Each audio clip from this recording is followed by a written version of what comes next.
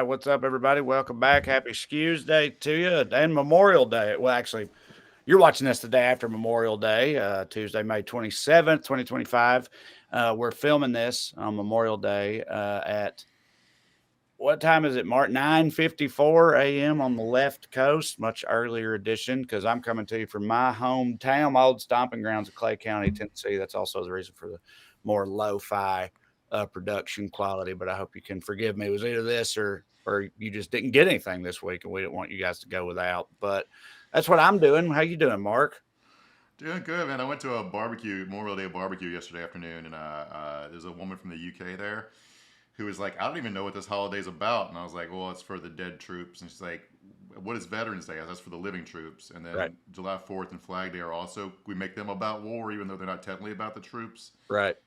And then it's like, she's like, we don't have anything like that. Like they have Remembrance Day for, I think it's for World War One troops, but like they just like 3 minutes of silence, don't even get off work. So yeah, just a specific Yeah. cultural thing. Yeah. Well, it's like. I mean, it is weird how many things we have that's like just all about the troops and the flag and America rocks and all that stuff. We're very nationalistic. It's like how you think about it as an adult when you think back as a kid on getting up and doing the putting your hand on your heart and doing the Pledge of Allegiance every day or whatever. And as an adult, you're like, man, that's kind of fucking weird. Actually, it's like out of 1984, but you don't think about that when you're a kid. And it's like a lot of these holidays are like that too. But also, I kind of appreciate how most of them, Veterans Day, not really, but Memorial Day for sure, and definitely July 4th, really just end up serving as, like most holidays in this country, as an excuse to, like, you know, get drunk or whatever. Like Yeah. we're I just said I'm back in my hometown. I'm Salina. The only thing we got going for us here is a lake. It's a lake town, and Memorial Day weekend is the start of the summer. And so that's what everybody treats it mostly as. It's like Memorial Day weekend. It's like, yep, rest in peace. Also, let's go get drunk on the boat for the first time this year is what most people do. By the way, it's raining every single day we're here. So that kind of screwed Yeah. all of our lake plans. But what are you going to do? Yeah. Get drunk on a boat or get a discount, a good deal on a mattress. Right. Before we get to the show, we're going to be talking about a lot of fun crypto related stuff, including like a new thing called ranch attacks and crypto trying to go legit so they stop getting robbed and can be thought of as banks. So before we get to that, I want to talk about, we make fun of conspiracy theories on the show a lot. I want to talk to you about a conspiracy fact I got for you, Trey. Love it. The JFK files have been, the Trump administration dumped a bunch of them out, right? And it's taken a long time for people to go through them, and everybody seems kind of bored with them because they don't say who killed JFK, right? Of course they don't. It's wild to me that people thought that they would just release something that Yeah, did say that. Do you know what I mean? Like the idea that was going to come out and it was just going to be written there. This is what yeah, happened. Like a little, yeah, like a little abstract at the top just sums it all up, and everybody was going to be like, "Wow, that's crazy!" Like, of yeah. course it doesn't say that. And there's like again, there is a bunch of conspiratorial shit going on around the assassination. Just none of it was about killing the president. So everyone finds it fucking boring. But I did find I read a piece by this historian, a college professor by the name of Andrew McKevitt. I think he teaches at Louisiana Tech. He wrote a book about like the growth in gun consumerism after World War II because of cheap imports of excess European stock that was like left in warehouses after the war. And a central figure in this story is a guy by the name of Samuel Cummings, who was the founder of a company called Interarms that imported a bunch of these guns. And McKevitt had heard a rumor that Cummings, the company Interarms, was a CIA front, and but he couldn't really document it. Now, that's what relates to these documents. Okay, so Cummings was openly a CIA agent before he started Interarms. He never even denied it. Basically, joined the CIA in the early 50s as an arms analyst, and in 1952, they sent him to Europe for a year on a clandestine mission to acquire war surplus arms to send behind the Iron Curtain and to South America and to nationalist Taiwan, during which Cummings posed as a Hollywood producer in search of props for war films. So his CIA cover was, "I'm a producer. I need 400 crates of guns for a movie. Don't ask about it." Yeah. Based on that and the movie Argo, I assume that's a well they go back to pretty frequently, I guess, as Yeah. far as cover stories go. Like, Mm-hmm. the whole Hollywood production crew story apparently gets them every time, I guess. Yeah. So the public explanation for him founding Enter Arms was like this mission gave him the idea because there were so many war surplus firearms that sat unused in European warehouses that there was a tremendous supply that just needed someone to sell them. All right, the same thing sort of happened after the Civil War, where they would like, they had all these extra guns sitting around. They tried to figure out a way to sell them to the public, so like they put classified ads and sell them in department stores next to wheat and flour and shit. So, but then these documents. There was the CIA, keeps track of media coverage, and there's an article in a magazine called Ramparts, is a left-leaning monthly publication, and the article mentions Cummings in passing for his connections to a figure named J. Garrett Underhill, a former military intelligence officer who claimed the CIA had engineered the Kennedy assassination. He turned up dead several months later. Don't worry about it. So, yeah, so basically, a formerly redacted email, this redacted portion of this memo had said on August 17th, 1954, Cummings became the principal agent of the redacted International Armaments Corporation, Inter-Armco. And the unredacted version, which was redacted, was CIA-owned companies known as International Armaments Corporation and Inter-Armco. So, the stated reason for importing all these guns into America at a 1957 hearing was that the State Department testified, a representative of the State Department testified that those guns might have fallen into the hands of communist insurgencies overseas. It was instead better that they be sold to American consumers. Mm-hmm. Now, the background to all this is like, it's hard to count guns in America because they don't decompose. So they're just around for hundreds of years. They're hand-me-downs or whatever. But it's pretty well accepted that gun ownership surged after World War II in the United States. A lot more guns floating around. There was a 1968 law that banned the importation of these guns, basically because U.S.-based manufacturers were complaining about how they were undercutting their prices. So like, basically, the Remington Company was like, you're saying you're trying to destroy communism, but what you're destroying is capitalism, you morons. So here's the plot twist here. That 1957 hearing I mentioned, where the State Department testified that importing these guns was necessary to defeat communism. Right. It was a hearing about a bill sponsored by then Senator John F. Kennedy that would have banned the importation of these weapons. One such weapon was the very gun that would be used to kill Kennedy in 1963. Oh, okay. There it is. There's the turn. So JFK was the one who put forth the bill that wanted to stop those weapons from being brought into the country. The bill failed. Because the bill failed because communism might happen. That's why it failed. And then one of those guns that came in as a result of that is the one that shot Kennedy himself later. Yeah, so the CIA did kill Kennedy just through a Rube Goldberg machine of dumb bullshit. So anyway, the poll downstream of this, 2017 poll by Pew Research Center said that almost half of Americans know someone has been shot because there's so many guns floating around. So if you want to get to the bottom of like, how did your pillhead cousin, end up getting shot to death trying to hold up a liquor store? You got to start the story. Well, in 1952, the CIA had a guy pretend to be a movie producer. Yeah, I never really knew that. I mean, obviously everybody knows it's like, that's one of the reasons I was always it's a defeatist position, but one of the reasons I was always kind of skeptical about any sort of like real gun control in this country is because it just felt like that was one of those can't get the genie back into the bottle type situations, because we're just so lousy with fucking guns here. There's just so many of them, but I never really knew that was a direct result of like guns being purposefully like shipped here for like anytime there's guns laying around in some other country, they're like, well, could use those is America. Let's just send all those to America. But I was just reading about how in the Vietnam War, we bombed Laos, the country of Laos, more than we bombed Germany in World War II. We weren't even at war with them or whatever. And as a result, now in Laos, there's a whole like cottage industry of like people repurposing old bombs into like other like bottle openers and shit that they sell at markets and stuff. Like most of the things you get that are metal there are made from unexploded U.S. ordnance, because it's just all over the goddamn place. So, a lot of worldwide implications for Americans' military history, it would say. Fun little button to start Cummings' role in gun violence. His daughter ended up shooting a guy to death in their mansion. He became a billionaire, and she shot her Argentinian polo player boyfriend to death. and she got 60 days in jail for it because she was rich and he was Argentinian. So Yeah, that'll do it. All right. Well, we are going to continue. I haven't said this yet, but pretty big announcement here. We're flying without producer Matt this particular week. He's still hungover from a Willie Nelson concert he went to last night. No, it's not his fault. Like I said, we're recording this much earlier than usual because of my circumstances where I'm at, and Matt could not accommodate that. But again, that's on me, not him.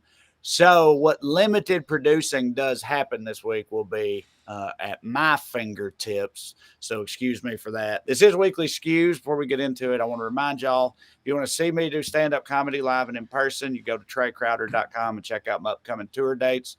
I got New York City coming up. New York City in the middle of June. At the end of June, Wine Country, Napa, California. And then the sweetest of them all, Tulsa, Oklahoma, right after that.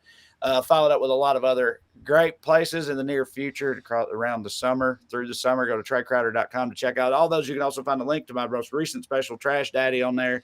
It's completely different. But if you watch that and come see me, it's 100% completely different. So fret not on that front.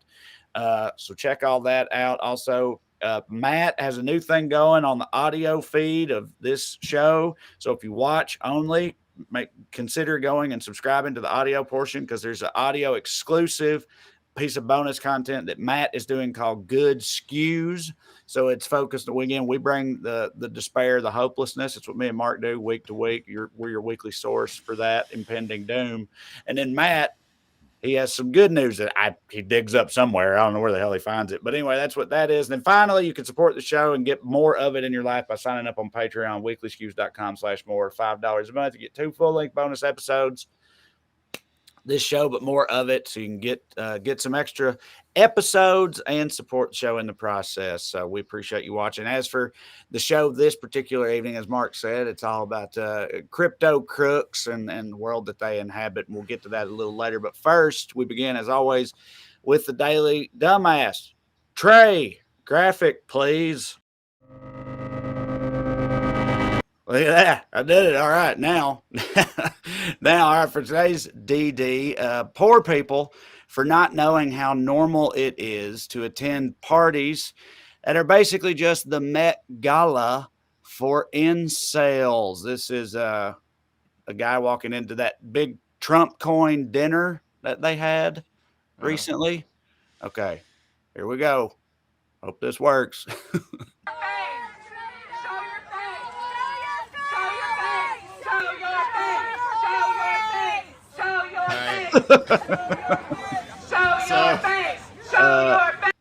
Is that a DJ? Is that what he's wearing? Yeah, my first thought is like it's like a Daft Punk is going MAGA. So right, yeah, it's like Dead Mouse or Marshmallow, but it's the bunny rabbit version. He's got wearing like a pixelated bunny rabbit head, I think. Yeah, he's also wearing 4-inch lifts. The perfect crypto guy thing to be doing. Like people on the internet were like, "Is he wearing platform shoes?" Like I read through the Reddit thread, people discussing this. It's like, is he wearing platform shoes to try to make it harder to identify him because it throws off his height? But there's other people. Somebody's like, "I'm going to run gait analysis on this." We'll get to the like Reddit was on it, buddy.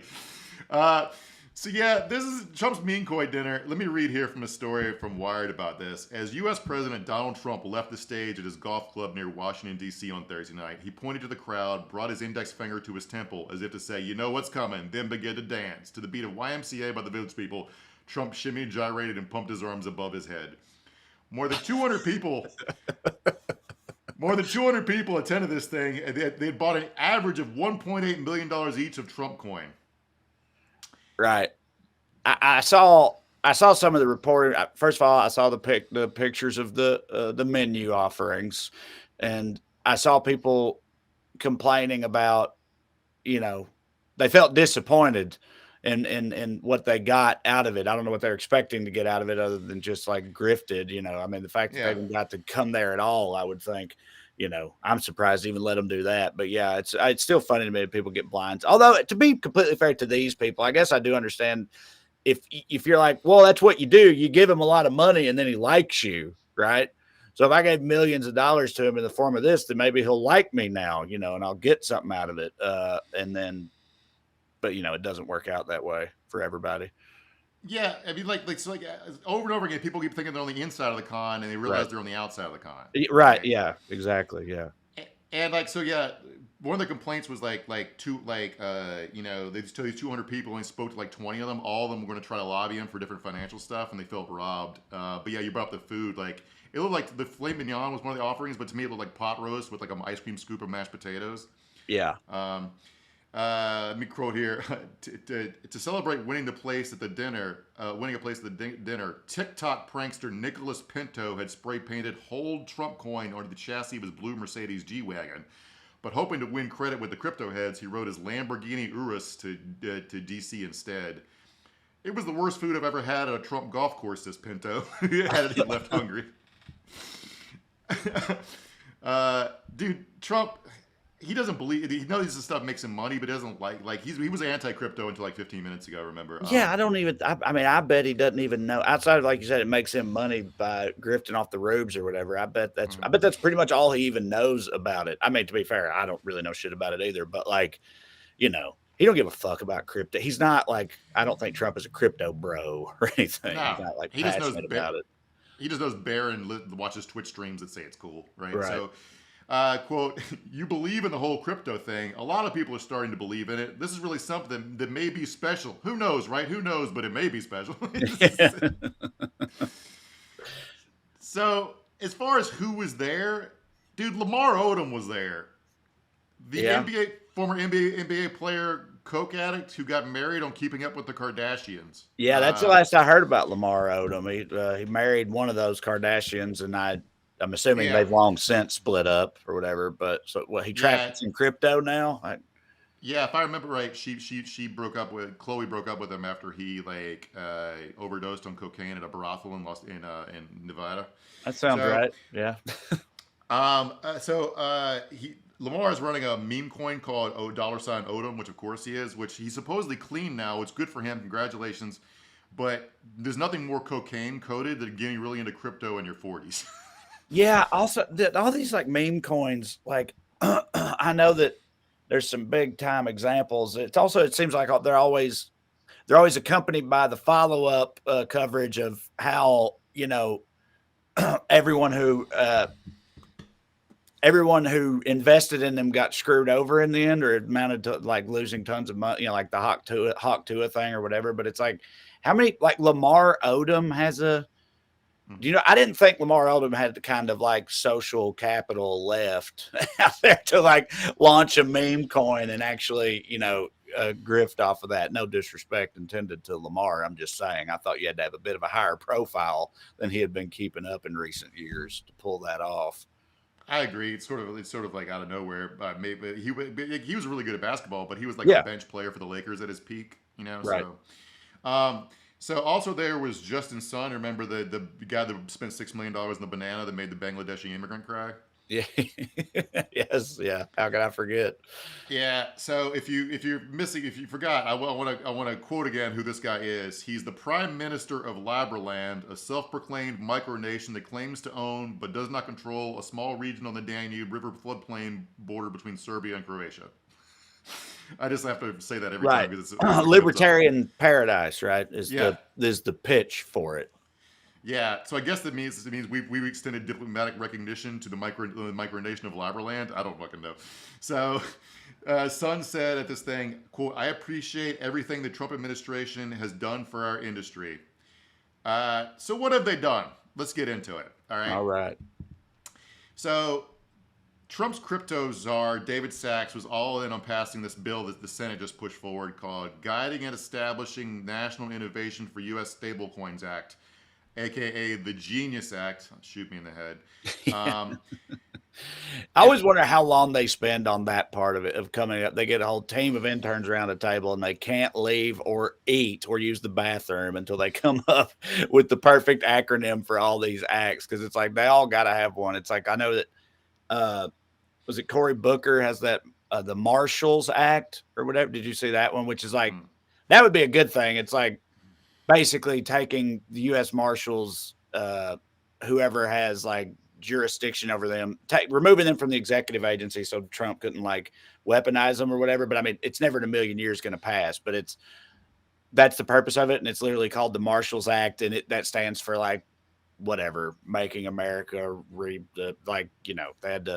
they back into all these goofy acronyms. There's someone who worked for the U.S. government for a while. Like, I don't know what it is, but acronyms, man, they just get them all horny. Like they just love acronyms over there. That's one of the first things they give you when you start working for the government is a list of governmental acronyms, and it's a digital file that's like 150 pages long. So Jesus Christ. yeah. Doge should have started with the acronyms, I think, but then they are an acronym, stupid acronym. So there we go.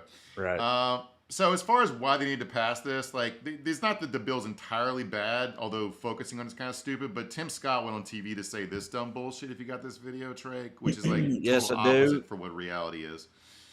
Here we go. Right here. Tim Scott, always speaking the truth. Old Timmy is. Let's hope this works. President Trump simply said on the campaign trail, America will be the crypto capital of the world. This may be a major part of his legacy when we make it easier for the struggling Americans working paycheck to paycheck to have more access at a lower price point. Stablecoins in the Genius Act is a first step, historic step, towards making America more affordable for everyday Americans. It's another great reason this is a good day in America. And it also feels like the banks are finally. It's going to be good for working class people to let them put their money in crypto. Is basically the pitch here? And you look at the fact they threw up the prices when they announced all these regulatory moves, that the prices of all the fucking different cryptocurrencies are going through the roof, is a pretty big tell here. But if you're wondering, no. In general, broke people don't hold crypto. Future broke people hold a lot of crypto, but in general, crypto holdings correlate to higher earnings. That's according to JP Morgan Chase, which makes it like when you look at the pitch for crypto is it's going to be when the dollar drops, the crypto is going to be stable. But that's not really what happens, because when the economy tanks, so does crypto, because people have less money to play with frivolous stuff with, right? Yeah, it seems less stable, but also you said JP Morgan says crypto holdings correlate to higher earnings, but that has to be on like a per crypto dollar or whatever basis, right? Meaning like there's all these crypto whales who have hit the damn lottery, struck it rich or whatever with using crypto, and they have a ton of crypto and they have a lot of money. But I'm saying I feel like, isn't it like frat bros nationwide are like dicking around with crypto all the time, but in like a very like not really, but they're losing like some of their dad's money on it every month or whatever. But it's like, that's what I think of when I think of crypto. It's like coked up bros in the back of a bar getting each other into it and stuff. Yeah, there's a lot of that happening, definitely. But when I say correlates to higher earnings, I don't mean people are making money off crypto. I mean rich people who are dabbling in it. Like when a person that makes $200,000 a year has money to play with, so they're playing with crypto. A single mom with 2 kids making $30,000 is not putting their money into fucking fart coin and shit. Right. So this bill, the Genius Act, it's a federal effort to regulate stable coins, and those are crypto coins that are with values pegged 1-to-1 with another currency or asset, usually the U.S. dollar. In a vacuum, the bill, I'm quoting here from a piece in Slate, in a vacuum, the bill sets out several reasonable policy ideas. It would require crypto companies that issue stable coins to hold liquid, safe reserves they could use to cash customers out. In the event of a crypto business going bust, it would give stablecoin holders, quote, first priority over any other claim, end quote, to get repaid. It also includes some money laundering rules. Nothing too objectionable here if crypto is going to exist. But the background here is that crypto has become a political powerhouse. They spent a ton of money the last election, and this is part of them getting what they paid for. And it also, like, part of this bill got 16 Democrat votes, okay? They tried to, even though this bill would, Trump's crypto ventures now include a stablecoin. This bill basically could also be called the Give Donald Trump Free Money Act. Right. Democrats tried to insert Trump-specific prohibitions in the bill text, but they didn't succeed, and they basically shrugged and go, well, this is better than nothing. And so they decided to vote for it. Maybe, but I suspect a crash is coming, and I don't know why they want the blame for this to be bipartisan when people look up and all their fucking money's gone.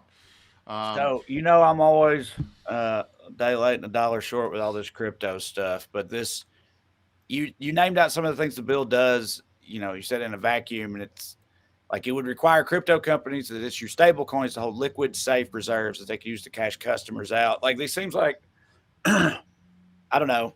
They seem like like regulatory, like for like some sort of regulations. But so what about this is good for the why do the crypto companies like want this to happen? Was it like legitimizes them or something, or like?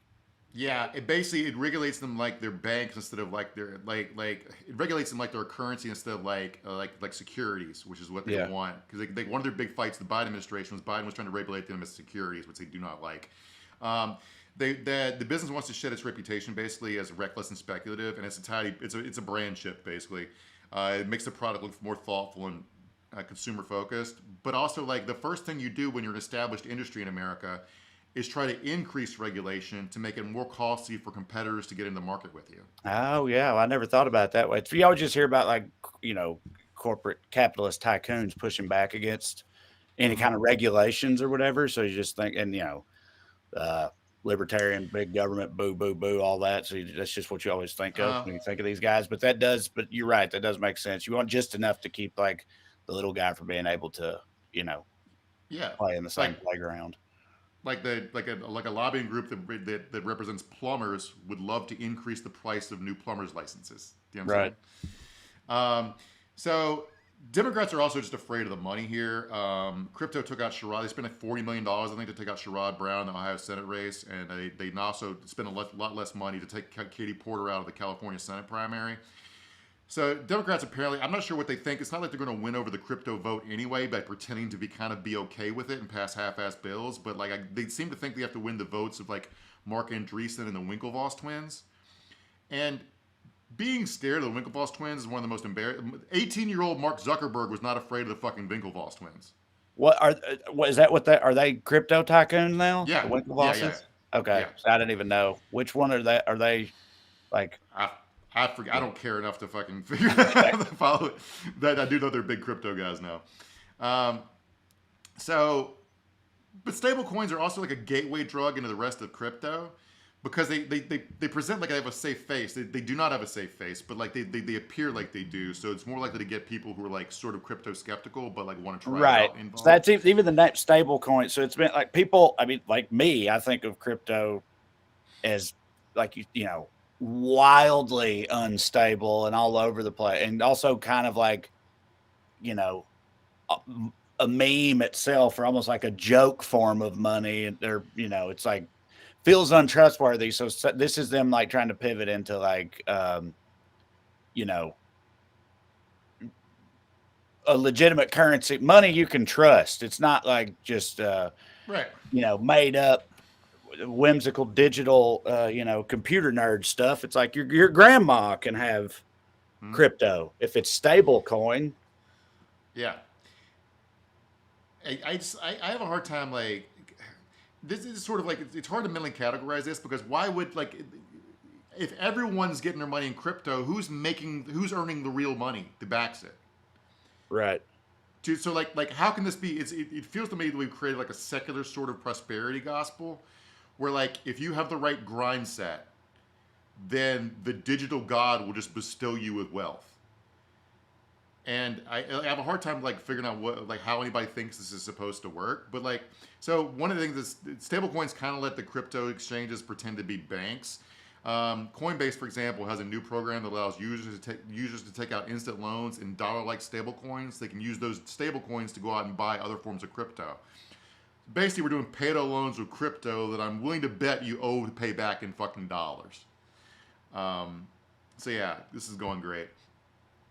The legislation's provision to give special treatment to stablecoin holders when a company goes bankrupt is pretty telling, because you could just keep your dollars in dollars. So as long as they're in a bank, the FDIC will make sure you get it back. But they're trying to ignore the fact that the FDIC exists and pretend they've created their own FDIC. Right.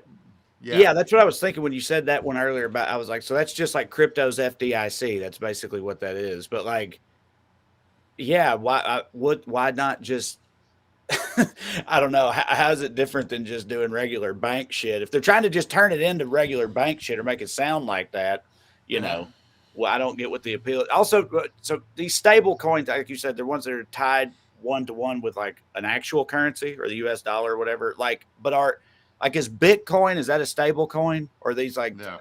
it's, so these are all right. So it's not like the big ones that you've heard of. Those are not stable coins. Stable coin is just a new branch of type of crypto that you might have heard of Tether. I think Tether's a stable coin. Okay. So basically, yeah, they've got, instead of the real FDIC, you have like a fake unstable FDIC that's privatized. They own themselves. That's staffed by like Tamagotchis and the people that live in SimCity or some shit. But it's kind of funny because like what they've done is put a placebo band-aid on your fear of crypto bank runs. But like, remember when tech used to offer solutions instead of inventing new versions of problems we'd already fucking solved? Yeah. Like the FDIC thing's just part of this, but so let me quote here from the NBC story I was reading from earlier. New Zealand financial trader and amateur soccer player Dylan Stansfield was also photographed at the event. When reached for comment, Stansfield said he was, quote, infuriated to have been identified and that, quote, doxing crypto people put their lives at risk. He is correct, because another problem they've managed to recreate is an old crime one that we had also managed to solve with banks, which is that simple robberies used to not be able to net you life-changing wealth, right? Uh-huh. So, which brings us to... okay. So, all right.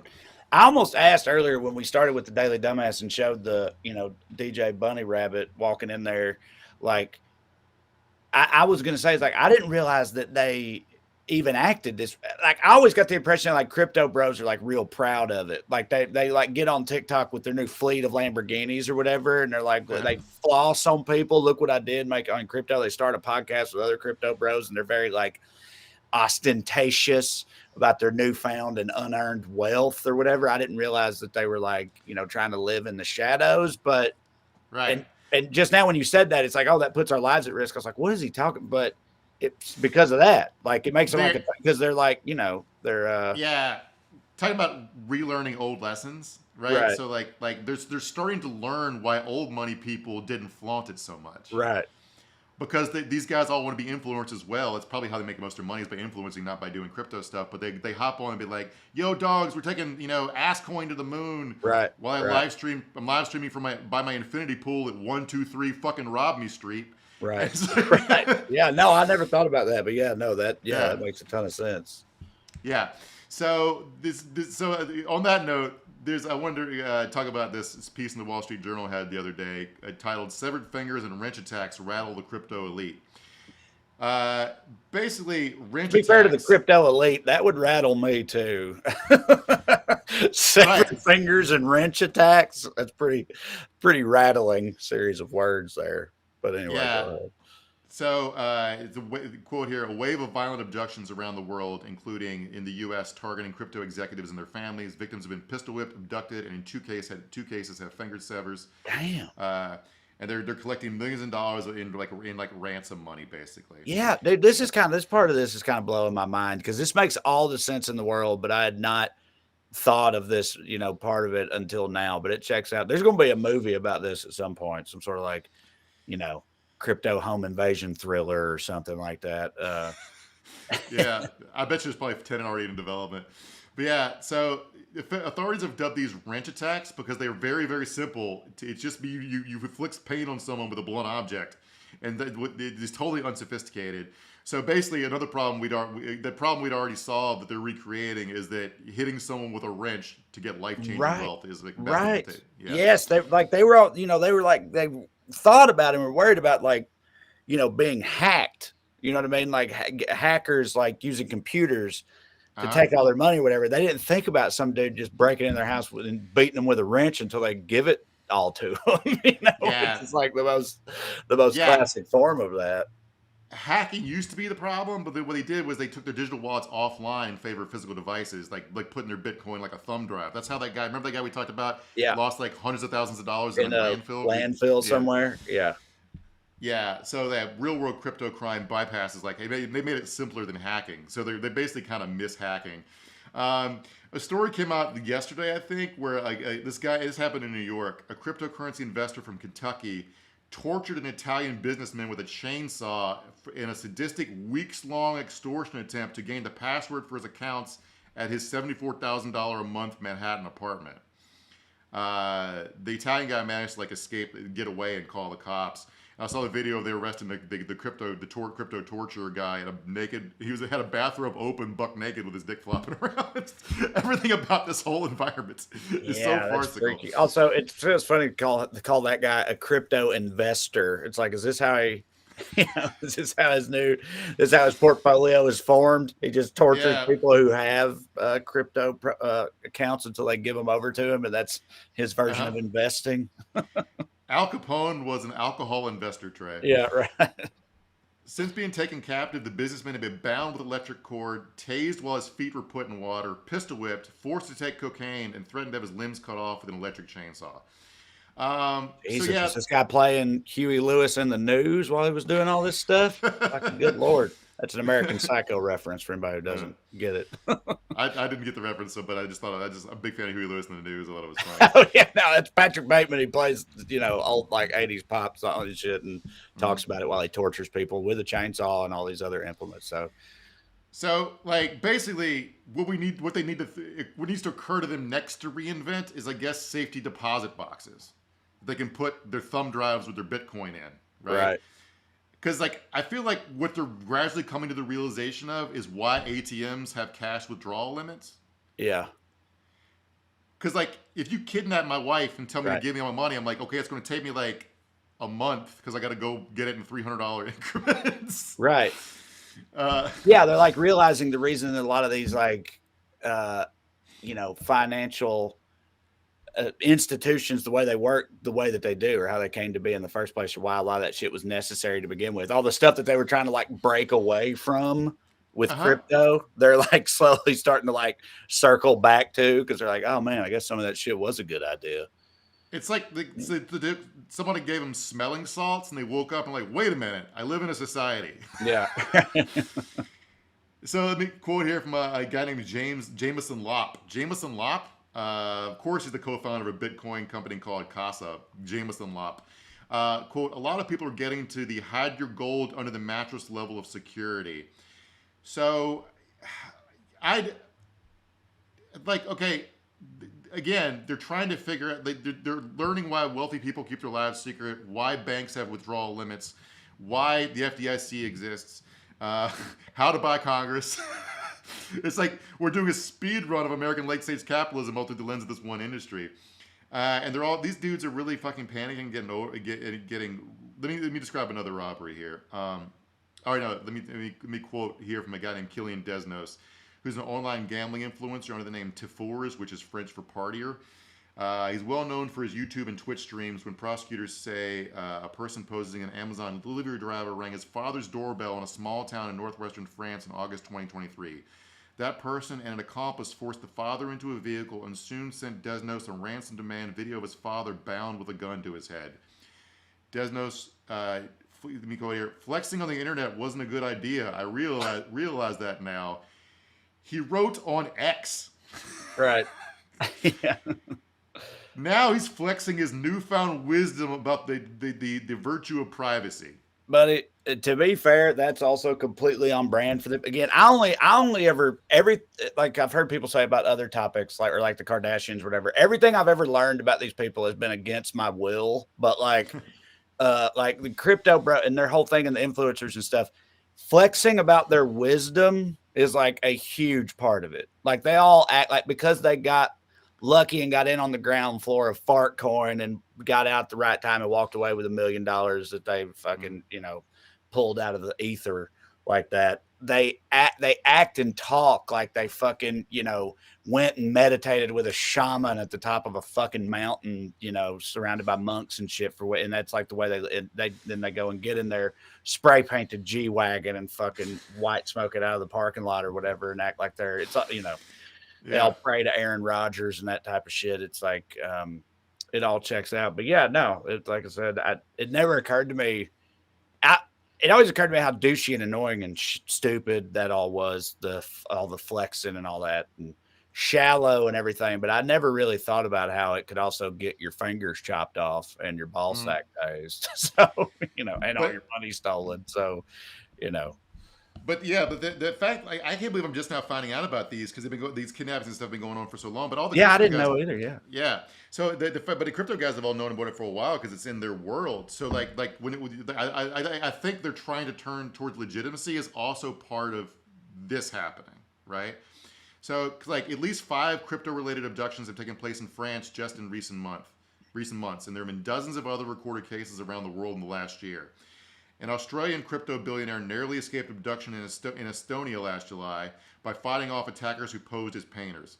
In March, a Houston crypto influencer was assaulted before her husband got in a shootout with robbers who invaded her home in the middle of the night demanding her laptop. In September, a Florida man was sentenced to 47 years in prison for leading a ring that carried out a string of home invasions across multiple states in search of crypto riches. In one of the attacks, the man held a pink revolver to the head of a 78-year-old Durham, North Carolina man and threatened to cut off his genitals. Jesus Christ. So how'd your papa get his dick cut off? Well, it all started when he put his pension from the power plant into something called Dogecoin. Right. This is the era we're living through. One guy got his finger cut. We talked about there were 2 finger severings that have happened in these kind of kidnappings, at least that we know about. One guy got his finger cut off, changed his screen name to Fingers 9 out of 10, which is a good bit. I want to hang out with this guy. Well, if you can't laugh at yourself, Yeah. So here we're zeroing in on takeaway. I think we're going to finish up a little bit early, which is great because you got to go get on a rainy lake. One of these French guys involved with the crypto company posted on X this week to decry what he called, quote, the Mexicanization of the country. How many entrepreneurs, how many talented individuals are seriously considering leaving a country that no longer protects its people, he said. Let's ignore the racism of that for a second. Sure. Buddy, you opted out of lawful society by getting into crypto. That was the whole point of it, wasn't it? Like, wasn't that the whole idea? Was that so you're not like privy to the oppressive yoke of the system or whatever? Well, there's another side of that too, it's like, and you're giving up all of that to be a crypto lord. That's supposed to be the whole thing. The whole thing was you're half a fucking criminal. What they're learning here, another thing they're learning is there ain't no such thing as halfway crooks, and the real crooks are teaching them. Okay, but like you can't run around with this pirate money and also want the protection of of civil society and the law, right? Right. But like to quote, speaking of the Mexicanization, to quote from the movie Benicio del Toro's character in Sicario, this is the land of wolves now. You've willingly relocated to the land of wolves and decided to use a form of currency that's basically only useful to drug cartels, terrorists, and fucking sex traffickers. And you're surprised you're being robbed in a world where there's no contracts? Right. I just can't even fucking wrap my mind around it. Yeah, no, it's fucking insane. Well, I don't know. People, I mean, to be fair, I've been sitting here saying the whole time I didn't think about it either because I think for me, it's like I see these clips of these douchebags with their fleets of exotic cars and all this bullshit that they're putting on Instagram and stuff. And in my head, it's just like, of course, nothing bad ever happens to these people or whatever. You know what I mean? It's just like, of course, this is what happens when they do this type of shit or whatever, because that's how the fucking universe works. But either way, it hadn't really occurred to me. Again, this whole part of this episode has kind of blown my mind a little bit because it makes all the sense in the world, even though I hadn't thought about it. But clearly they hadn't thought about it either. But I think it's for a similar type reason where it's like they just think about how awesome all that shit will be. You know what I mean? And they don't think through like the implications of what comes with that. But you're right. It's like from the beginning, I thought it was like meant for like drug deals and darknet shit and sex workers and stuff. And it's like, everybody knows drug dealers get robbed and fucking cartel leaders torture people and all that shit. But they were willingly, dipping their toes into those waters, but thinking they wouldn't have any of those, that there wouldn't be any blood in that water. And it seems to be sort of short-sighted on their part. I forget what my wife and I were watching recently, but it made me bring up the quote from Bob Dylan's song, "To live outside the law, you must be honest." And Erin, my wife, did not understand. She was like, "Wait, I don't understand. Criminals are liars." I'm like, "No, they're not. They can't call the cops. Their contracts are enforced by blood violence. So their honesty is like, if you screw me over, I will kill you. Right. If you don't pay up, I will take your shit. That's the honesty involved in the system. It's a brutal form of honesty, but it is. It's honest because you can't lie. You can't lie in that world and not expect to walk away unscathed unless you're stronger than the next guy. And here are these people, they think they can live the lifestyle of a cartel boss without having the moxie and the toughness that led a cartel boss to rise to the top in the first place. Mm-hmm. And like, so you've chosen life, this life outside the law, and now you're crying when you're getting robbed. And I'm thinking about like, if you can't call the cops if you want to live in this world. You can't be a guy who calls the cops. Like, you think a shot caller for the Southside Gremlin Crips calls 911 when someone steals his previously stolen rims? It takes a bat and goes to get the shit back. This is the world you chose to live in. Fucking live in it, man. Dude, I wouldn't be surprised if they started hiring their own, crypto sicarios before long, and taking each other out and shit. Some like crypto gangland war crops up at some point. I mean, a lot of these guys are dorks and pussies and all that, but still, at some point, who the hell knows how far it could end up going. But I wanted to ask for a quick update before we go a little bit early on the I know we talked about the big beautiful bill. I don't know if you saw, but MAGA Mike Johnson yesterday said that the Medicaid cuts that were part of that were not a big deal because they were only going to affect people who don't deserve Medicaid anyway. That's what he said. The undeserving people. He said that it's the people that are entwined with our efforts to rein in waste, fraud, and abuse. So, only poor, lazy pieces of shit, I guess, and also immigrants will lose their Medicaid. So that's nice. All these work requirements that are difficult to enforce and don't really do anything. Like, what a work requirement basically means is like if you like have a crippling form of muscular dystrophy that's physically observable, like you can look at a person and tell they can't work or whatever. Once a month, someone has to go to their house and look at them and be like, "Yep, they're handicapped," so they can continue to get home care. So just like these programs that are costing more money to provide care to less people, and it's like the word in German was life undeserving of life. So we probably should learn a few more German words. Germans got all the best words, man. Anything you can pretty much come up with, they got a word for it. But like, is it like a foregone conclusion that bill is going to become law, or is it like still possible that? Okay. The Senate's going to like do its work on it. Like Ron Johnson, who's tremendously, rabble MAGA guy, was like, "This is no chance of passing in the Senate." So they're gonna moderate it some probably, but like it's still gonna be awful. It's made marginally less awful, unless it completely falls apart. Because you got to remember that the hardcore conservatives are against it because it still spends too much money. Right. You got the moderate Republicans who don't want to lose their jobs because all their constituents lose their health care. Doesn't and I'm sorry, we talked about this, but it cuts all these programs and fucks a lot of people over to like cut spending, but then it raises the deficit at the end of the day, right? Like it cuts all this money, but still ends up being we're further in the red as a direct result of it.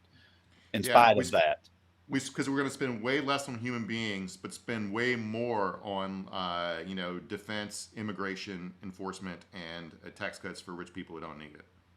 Right. So. Yeah, that's how a government ends up doing less but spending more, costing more. Mm-hmm. Good old Republican efficiency, baby. All right. Well, we are going to close her down 10 minutes early this week. Hope that's all right with everybody. You can enjoy your Memorial Day Tuesday, as it were. And we'll be back next week. But reminder, go to TreyCrowder.com, check out my tour dates, and watch Trash Dad if you haven't. Check out Matt's new venture, the audio-only exclusive on the Weekly Skews audio channel called Good Skews, and consider supporting the show on Patreon. $5 a month to get 2 full-length bonus episodes of this very show. So I hope you'll mull that over, but in the meantime, we'll see you right here.